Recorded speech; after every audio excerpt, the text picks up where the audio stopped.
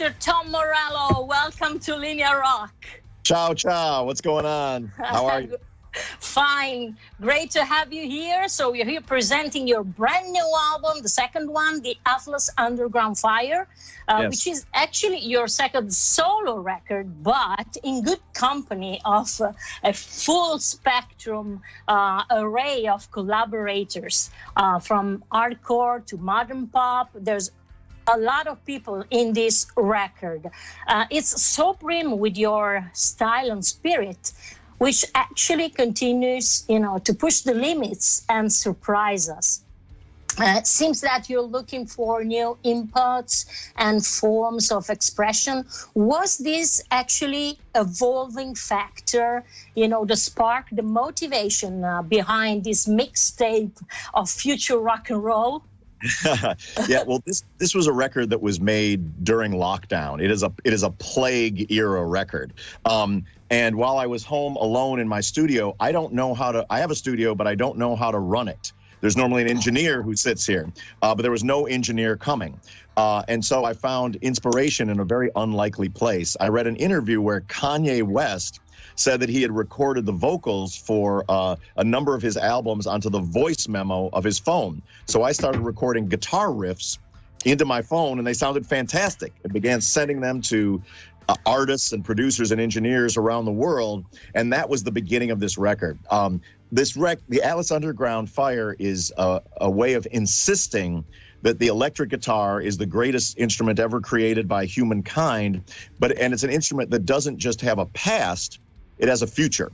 And I think that finding that future means getting out of some of the being able to embrace the traditions of powerful rock and roll music, but also establish new traditions by taking the guitar in different directions than it's been before. Yeah, it's actually weird. I read about, this thing about the phone, because we have the phone in our hands all day long doing a lot of things. But actually recording guitar parts is something that I missed. It's very new. So actually, how did it come, to your mind to use the phone on this purpose? Yeah, well, like I said, I read that Kanye West had recorded vocals onto his phone, and in those records, those are big hit records. So I thought there must be at least some sonic quality to it, and I didn't have any other. Whoops, sorry. Let me. No problem. I didn't have any other. I didn't have any other options. Okay. It was either trying out on the phone. But here's how it was actually an Italian friend of mine, Bloody Beetroots, who he was the one that I first sent the first riffs to, and within 20 minutes, he sent me back a video of him working on a song where these riffs that I had just recorded, my phone sitting on a chair in front of an amp, sounded fantastic coming across the speakers. Yeah. And that made me realize that there was the possibility of writing, of recording, of creating during this time. And this actually ended up being, the first 4 months of lockdown, I didn't even touch a guitar, but it ended up being the most prolific period of creativity in my entire life. But why now, you decided to have all these featurings? Actually, someone like you that had a lot of bands in the past, and you've always been, a band member. Finally, you're a solo artist, and you can do it on your own, do whatever you want. But you actually call other people to do things with you. So how did it actually happen, that you wanted to do it solo but in good company? Yeah. Well, I've actually made 4 solo records, acoustic records, under the name The Night Watchman, where I'm the singer. So that's sort of a different thing. But the Atlas Underground project is, by its nature, collaborative. Okay. It's both a solo record where I'm the curator of the project, where it's my guitar that is the voice that is in every song, but it's also a collaborative record where the individual chemistry of me working with each of the artists creates something that I could never do on my own. Okay. And especially during lockdown, where every day felt like it was exactly the same, to have that element of surprise. And like I would send out guitar riffs to Springsteen or to Refused or to Bring Me the Horizon and not know what was going to come back. So then I would get very excited about the email that came in, rush up to my studio, blast it through the speakers, and be like, all right, like that provided a real lifeline during a time that was pretty, there was a lot of just anxiety and boredom and fear. So it was actually a complete collaboration since, the early process. I mean, writing all together. So it's a real complete collaboration. But, I imagined, to have you and Bruce Springsteen and Eddie Vedder in the same room, but it didn't work like that. No. Well, Bruce Springsteen and Eddie Vedder and I have been in the same room a number of times. And that's really where that song came from. I was touring with Bruce Springsteen in 2014 in Perth, Australia, the home of Bon Scott. And I went to I pay my respects to his grave at late one night. It's about 11:30. And I couldn't find his grave. And out of the mist comes this motorbike kind of through the graveyard in the middle of the night. And there's a guy wearing like sort of a German army helmet and a T-shirt which says, "I don't give a shit, but if I did, you're the one I'd give it to." And I'm like, that guy's going to know where Bon Scott's grave is. And sure enough, he did. And he takes me to Bon Scott's grave. I pay my respects, and then I go back to the hotel bar, and I see Bruce there. And I'm like, do you think that there's any way that the world of AC/DC and the world of the E Street Band might overlap? And he's like, maybe. So we started rehearsing Highway to Hell at soundcheck over the course of the next couple of days and found ourselves in a huge Melbourne football stadium. And a few days later, 80,000 people. And Eddie Vedder happened to be there. He was on a solo tour. So I knocked on Bruce's dressing room door and said, we are in Australia where AC/DC is king, where the song Highway to Hell is the unofficial national anthem of rock and roll liberation. What if we open the set with Highway to Hell with Eddie Vedder singing with us? And he was like, that sounds like a good idea. And we did. And if you think you've seen an audience go apeshit, you haven't unless you were there that night. It was like the craziest. So cut to, I'm finishing up this record completely alone in solitary confinement. Haven't seen anyone outside of my family in about a year. And I was remembering that moment of this 80,000 people being together in this kind of tribal collectivity and living all the way up to 11. And I was like, let's try to capture that lightning strike moment with two of the greatest rock and roll singers of all time, Bruce Springsteen and Eddie Vedder, and one of the greatest rock and roll songs of all time, Highway to Hell. Yeah. And, I saw the video of that Australian concert, and I remember I was thinking, it was, I'm sure it was Tom that actually picked the song. So I'm happy it was like that. But actually, this version is really, that is an immortal, eternal song, which, and any version. But this is very surprising. And I was wondering, was working, with Bruce Springsteen back then, a few years back now, one of those, changing life experiences for you, and did maybe whet your appetite for more surprising collaborations, like a call that we have on this record, actually? Yeah, sure. I have Bruce Springsteen to thank for a number of things, but one of them was at the time when I began, the first time I ever played with Bruce was in 2008, where we did the song The Ghost of Tom Joad together. And at the time, I was in the middle of Audioslave had broken up. I was in the middle of a acoustic career. I was making acoustic records. I was loving doing political folk music. I was, 5 days a week I was playing at some left-wing rally somewhere. I was just sort of, and playing that 82-bar guitar solo with Bruce Springsteen that night in Anaheim reminded me that I love doing that too. It really did. And it made me think I can do both, I can, when I want, I can make an acoustic record, but I'm not going to forget the power of the electric guitar. And it really kind of got me back into making rock and roll records. And so then, and watching, I'm a huge Bruce Springsteen fan, and watching how his commitment to, he wants every show, when he was 25 years old and when he's 72 years old, he wants every show to be the best one he's ever played. Yeah, that's really inspiring. Okay, so back to the record. You chose to have the same title as the previous one, but with fire added. What's behind this choice? Sure. Well, it is the sister record to the Atlas Underground, and it's it's my insistence of taking the electric guitar into the future, and it's a collaborative record trying to create this new genre, which is both rock and roll and futuristic, and has bass drops and guitar solos, and so that's what they have in common there. But the reason why, fire can mean two things. One, it can be a beacon of hope. And two, it can be like an arson fire that burns your house down. And it really, during that time, that both those things are reflected on this record, and it kind of felt that way during the making of it. Harlem Hellfighter is the opening track on the record. How much being, a kid from Harlem was a strong influence in your career?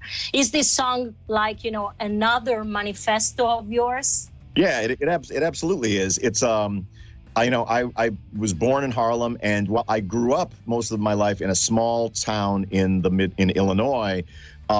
Because I'm African American, that connection to Harlem was always very important to me and to my mom. And we would go back, visit our friends there in the summers. And so the Harlem Hellfighters, though, were also African American soldiers who fought in both World War I and World War II. And so that combination of anti-fascism and it's where I'm from, and it sort of felt like a great way to start the record. Importantly for me, this record starts and ends with an instrumental. Yeah. And it's a way of, during this crazy time where, I had, in a lot of ways, had stopped being a musician in some ways. It was a way to assert that I am a guitar player. I am playing at the top of my game. I'm able to continue to push the boundaries of this instrument. No vocals needed. Here it is. Like I'm going to play guitar for you. Check it out. It's time for us to rock together. Yeah. And the cover artwork, let me tell you, is fantastic. That elephant with butterfly wings, the giant and the caress of elegance and lightness mixed together, sort of. Is that actually the visual impact, the message that you wanted to express, and why this is the perfect presentation of the record? You just said it better than I ever could. That's exactly it. That's exactly it. It's the gravity and the power of this, this incredibly huge and, strong animal, and then the unexpected ethereal trippiness of the butterfly ears, and that's what we're going for in the music as well. Was that your idea? Yeah. Okay. You started not so young, actually, playing guitar. You were aged 17, which is actually something weird for your generation. How did you understand, that the guitar was the perfect vehicle for you, your favorite weapon? Do you remember the moment when, actually you decided, yes, I want to be a guitar player? Yeah. There were two important moments. One was I originally, I had my Led Zeppelin poster on my wall, and I wanted to be Robert Plant. And I could sing Led Zeppelin songs like Robert Plant before my voice changed. And then when it became like this, like that was all of a sudden I had to sort of consider a new career. So that's when I started. That's when I got my first guitar. But I got my guitar at 13. I didn't start playing until I was 17. But it really was around. I've been playing for about a year and a half and really practicing diligently. I was at college at the time, pursuing an honors major in political science. When one day I was just in the basement rehearsal space between the laundry machine and the soda pop machine, and at the time I was just doing a lot of scales and playing Queen songs and Led Zeppelin songs but there was like a moment of improvisational kind of breakthrough where it felt like this was my future. You know what I mean? It felt like I just wasn't a guy in a cover band in college that if I really applied myself, there's a lot of things in life that you don't have control over. But I thought if I really apply myself to this, no one can stop me, and it's just a matter of will. It's only a matter of will. And I have a pretty strong will. I'm just going to put the time in, and I'm going to be the decider of how good I get on the guitar. And that felt very powerful. Even as a beginning player, I'd been playing for about, 18 months. But as a beginning player, it felt like a mission from that moment on. You partially actually answered already this, but let me tell you, this is history, actually. Melody Maker wrote once, falling bombs, police sirens, scratching, Tom Morello can do them all. you are one of those, barrier-breaking guitarists, those game changers. Very creative. You have an unconventional style, actually, and you have a peculiar use of guitar effects. But how much of these, comes out of instinct, and how much, the brain, the intentions, the overthinking come into play? Yeah. Well, there's when you pick up an instrument, I think there's two kinds of people that pick up an instrument. There are musicians and there are artists. Mm-hmm. And for the first 10 years of my playing, I became a very technically skilled musician. And I could play shredding solos, and I could make you cry with a weepy, emotional solo and whatnot. And, in the realm of kind of like Steve Vai and Randy Rhoads and that. But I couldn't write songs that I loved. And I didn't have my own voice on the instrument. And it was really around the beginning of Rage Against the Machine. I had been in another band. We got dropped from our label, and I kind of thought that my chance of making albums or my chance of being a rock star were done. And so I was only going to play music that I loved. And I began in Rage Against the Machine sort of seeing myself as the DJ in the band. Mm-hmm. And I started, rather than practicing scales 8 hours a day, I started practicing helicopter noises 8 hours a day, or DJ scratching 8 hours a day, or barnyard animal noises 8 hours a day. And all of a sudden, I was sort of amassing this non-traditional sonic vocabulary that didn't sound like anybody else. And I was like, this is what I sound like. The combination of those crazy sounds with some of my shredding that I still had, with the huge Black Sabbath riffs, that felt like a combination that didn't exist before, Yeah. And then once I realized that, it was a matter of sort of deconstructing the instrument. Like the electric guitar is a very new instrument on the planet, and it's just a piece of wood with 6 wires and a few electronics. And I always remember some of my guitar heroes saying, well, it's all been done before on the guitar. And this, I'm like, well, how do we know that? Unless we try, And when I realized that was a lie, that it hadn't all been done before on the guitar, the highway was wide open. And I was able to sort of, with this language that I was kind of creating, was able to write stuff that felt like it was me. And I took one step towards becoming an artist. Yeah.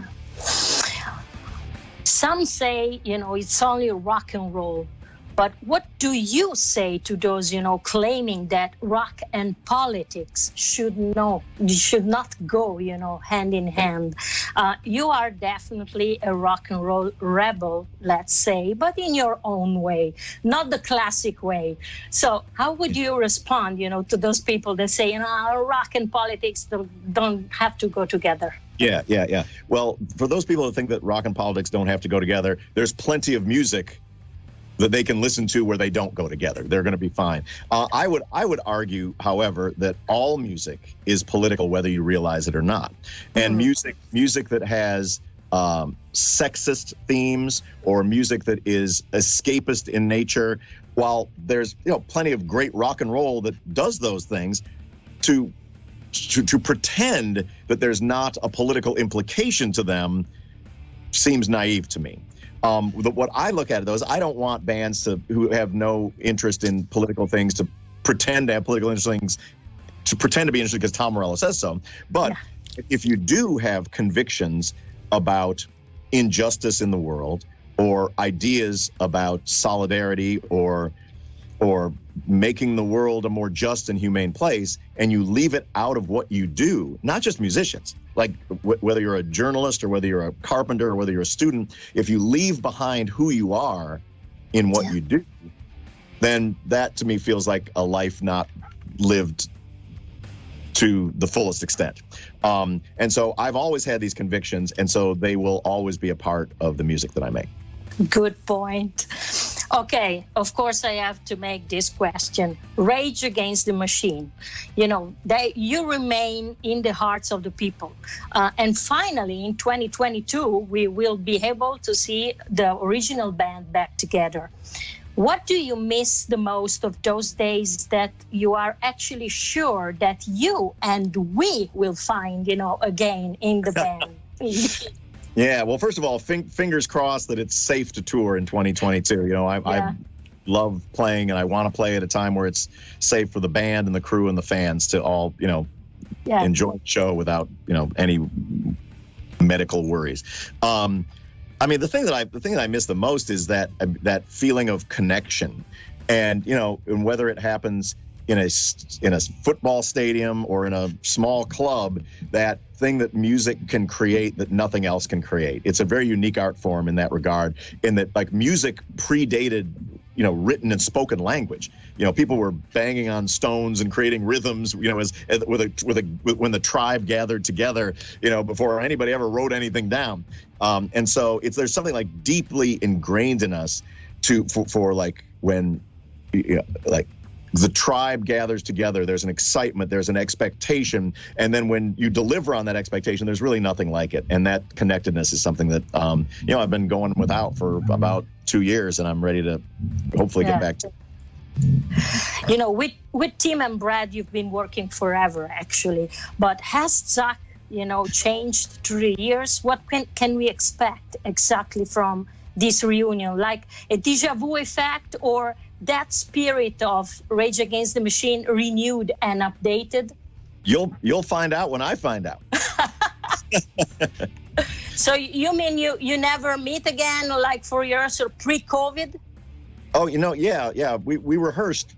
We were 15 days away from our first show when the world shut down. So I'm just looking forward to, again, all I can say is like my fingers are crossed that it's able to happen. That's really it. I really want it to happen. I can't wait for it to happen. I'm hopeful that it does happen. So about touring, how do you see the situation in the upcoming months and years? I'm asking because, you are a man who knows how to look deeply into situations. So maybe you have an answer. Yeah. Well, I mean, I'm hopeful that there becomes a new norm that is sort of proven health-wise to be safe.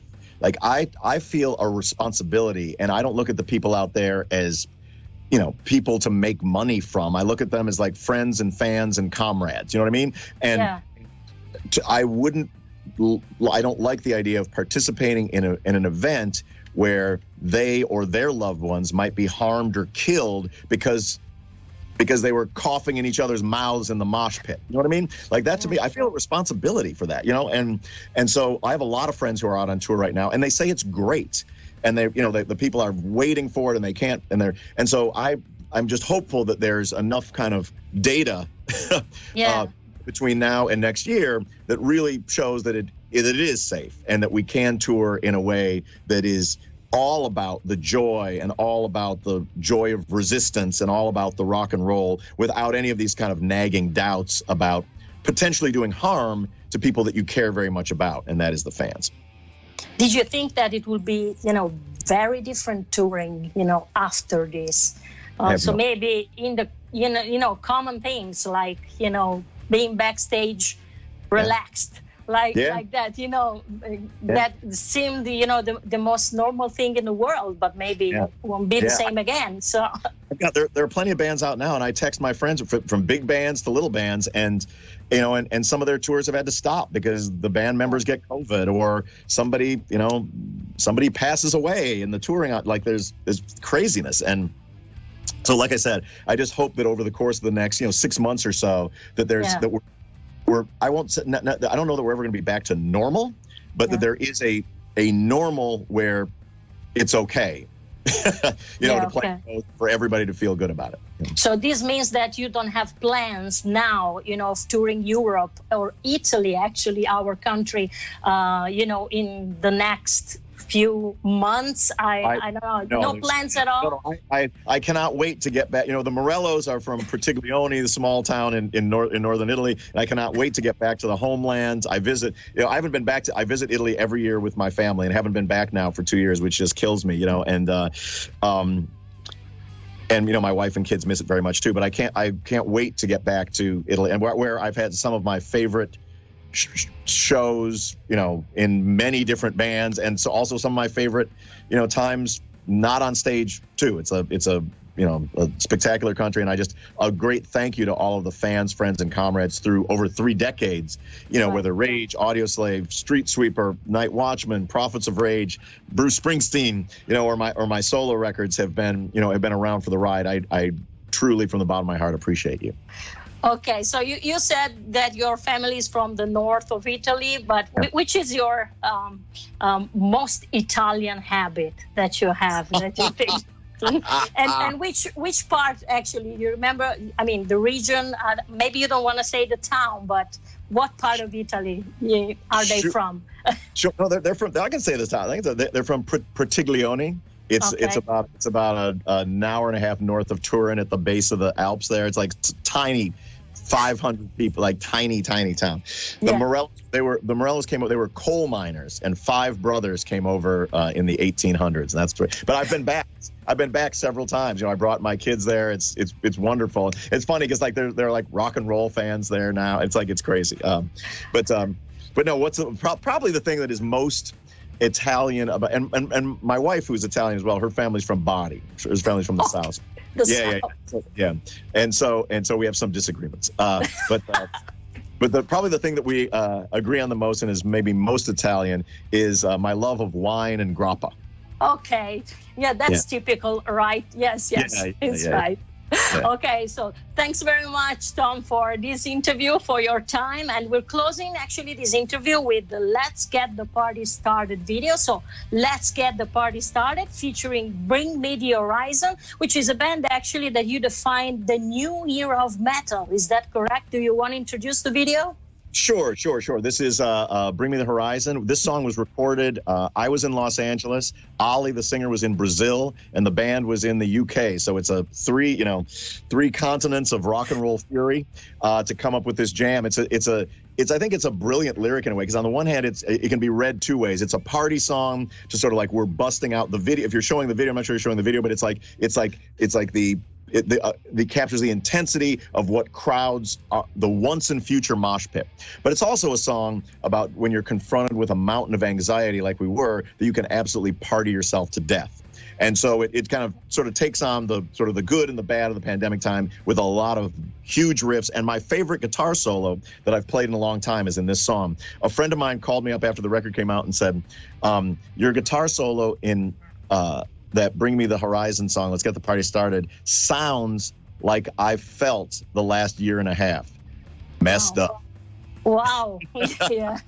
Good point. Okay, so let's get the party started. Thanks, Tom, for your time. See you soon. Grazie ciao. mille. Grazie ciao, a te. ciao. Ciao.